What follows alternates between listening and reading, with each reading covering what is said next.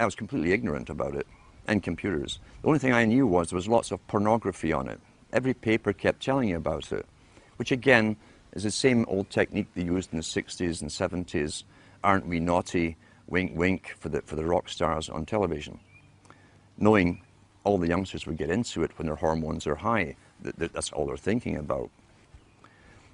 But once folk were addicted to it, they also planned to gradually alter it, keeping the people addicted to it as they changed it into another system where mainstream media, the authorized media, the culture creation industry media, would eventually have prime, or the main dibs, the first grabs at the main bandwidth that eventually they're claiming will have to be reduced.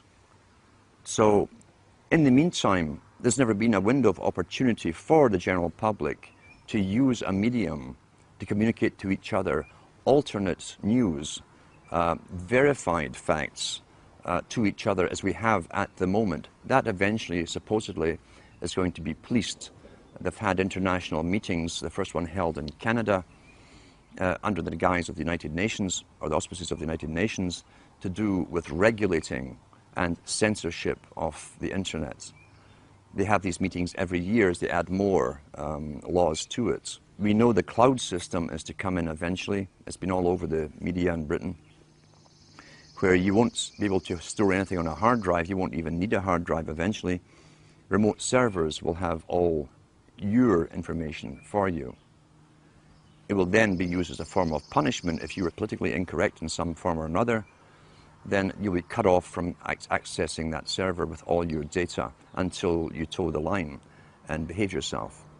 Social control can be used through monetary penalizations, or through other penalizations like withdrawing you access from it. It definitely will be used for social control again, unless it's a backlash from the general public. And they do expect backlashes from people who have become used to looking into whatever site they wish to look at, or communicating whatever kind of information they want to each other. Now, along with the introduction of the internet, we've got to remember too, the government agencies also set up and promoted chat rooms and all the rest of it. And there are agents within this strange nether region called the internet whose job it is to infiltrate people who are coming together as groups, communicating on specific topics to do with political changes, and disrupting those groups. So already it's a battlefield, and they called it the cyber wars long before they even gave this internet to the people. It'd been an informational war, they said in all the papers. Therefore, government intelligence agencies would have to expand their roles with mandates to also be in this invisible world where they would manipulate various groups from within as well. There's also a lot of nonsense, of course, on the internet too, which can take you down conspiracy paths. I hate the term conspiracy because the government wants us to use it like we're some sort of hobbyists and some sort of kooks. I don't use the term. But that's become the most popular type of site now, is conspiracy site. And there's many out there. There's professional agents out there as well who've been funded by governments and even launched by governments, to be well known, especially in Europe, to lead the conspiracy sites. Then they bring in the UFOs, the aliens, until you have achieved your goal. Counterintelligence. Let's talk about counterintelligence and how it works.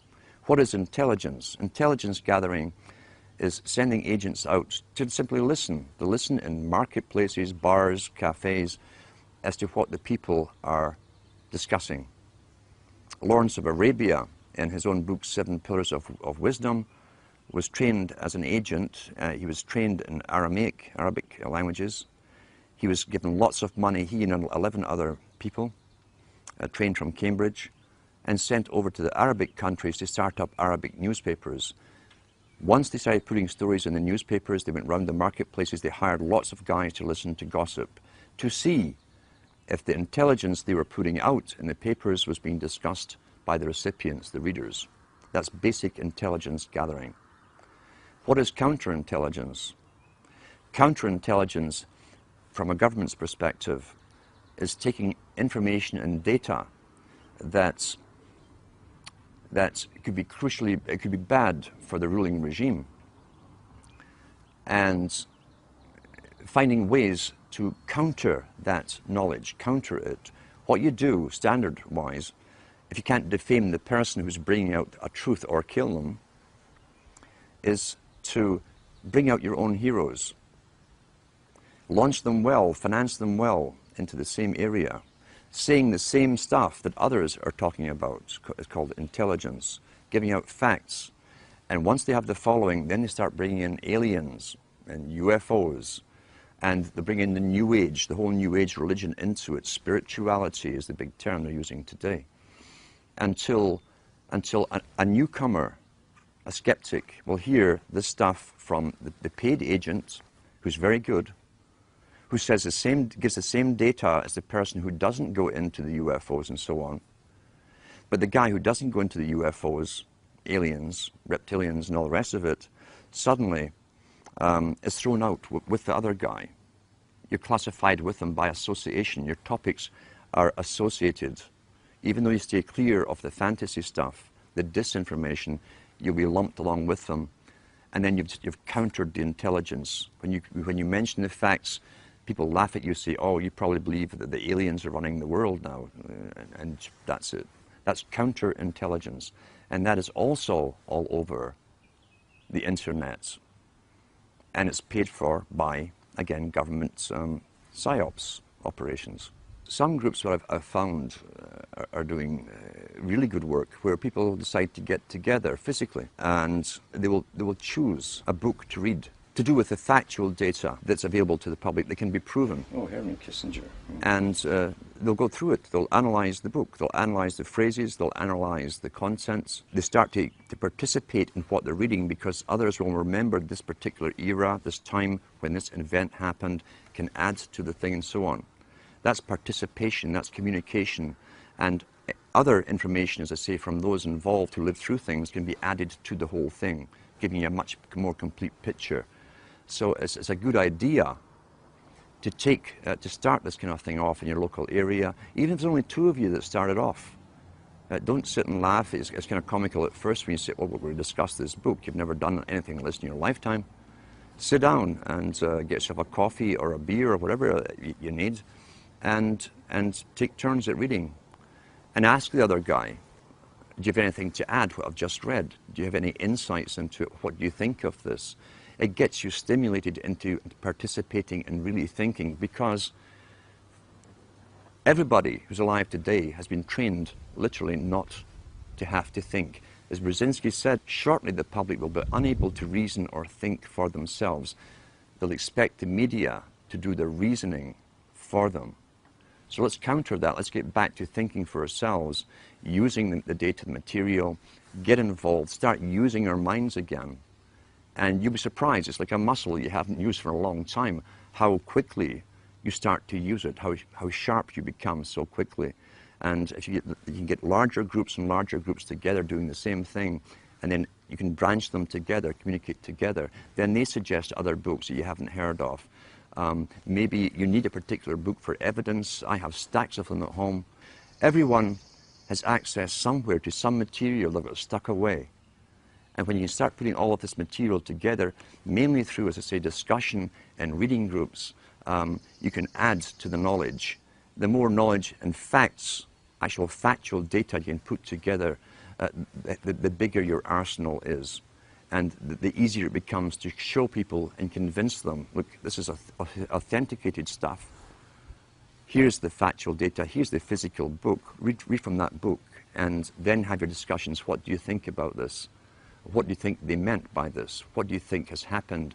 Have they fulfilled this part of an agenda? And most people will say, yeah, they have. Well, here's how they did it. The evidence is all there, but knowledge, remember, is scattered. That's also why, since the 70s and so on, televisions were put up in places where people used to communicate to each other, bars and restaurants, the pubs of Europe. Everyone talked and discussed everything. The televisions were all put in for a reason. And now everyone's mesmerized, and you can hear sports or loud music. You can't communicate anymore. That was government promoted, because the government licensed the big chains of taverns and pubs all throughout Europe. And so what you've got, really, is deliberate attempts. Nothing happens for no reason. Why? The customers weren't demanded. They were bored in bars as they discussed topics. People would just move around the pub talking and listening to the conversations, and they'd join in the one that you liked.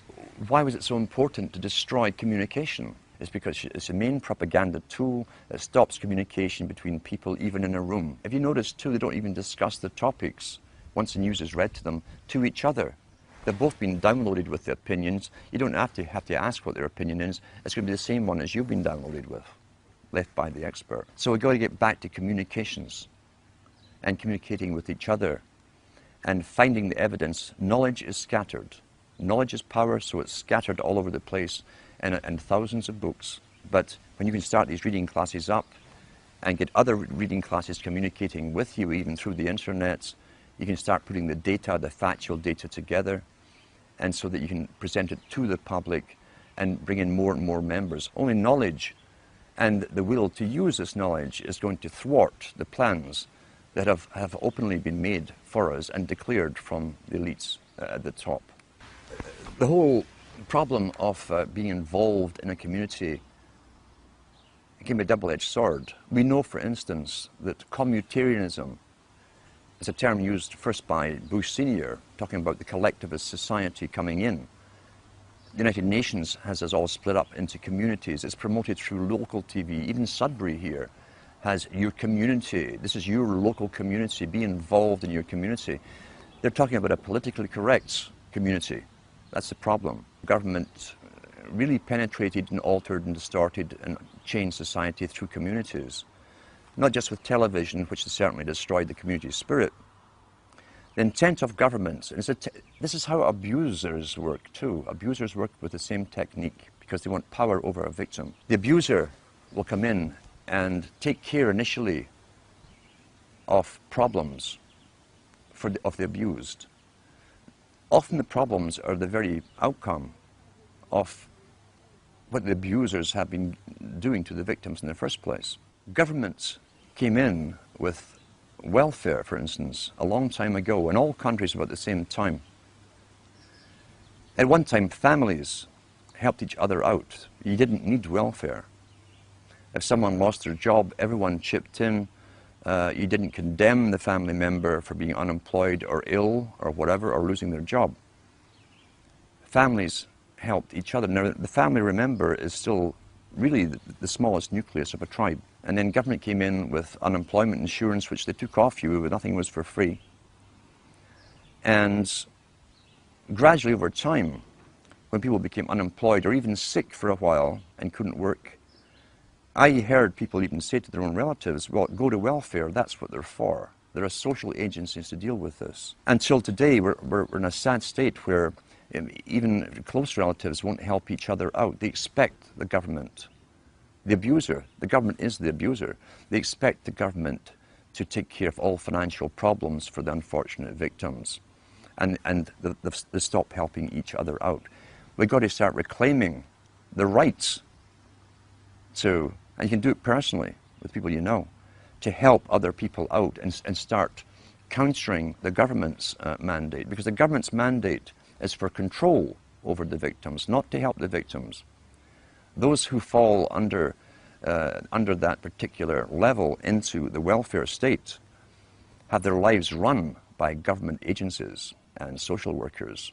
That's what Huxley says. He says that they won't need their survival capabilities. Russell said the same thing, because the government is taking care and making all their decisions for them. In order to help you, it's really to take you over and have you obeying them and their system. That's what you're up against, a planned war strategy, making them dependent upon government services, not their family units, not their brothers and sisters, their fathers or mothers, but on the state itself. We've got to counter that and become involved again in the lives of those around us and have our own true communities. It doesn't matter if there's only 5 of you in a community, even if you live in a town or a city, that's your own little community where you all have something in common. What it really is gaining knowledge for your own and others' self-preservation and survival of the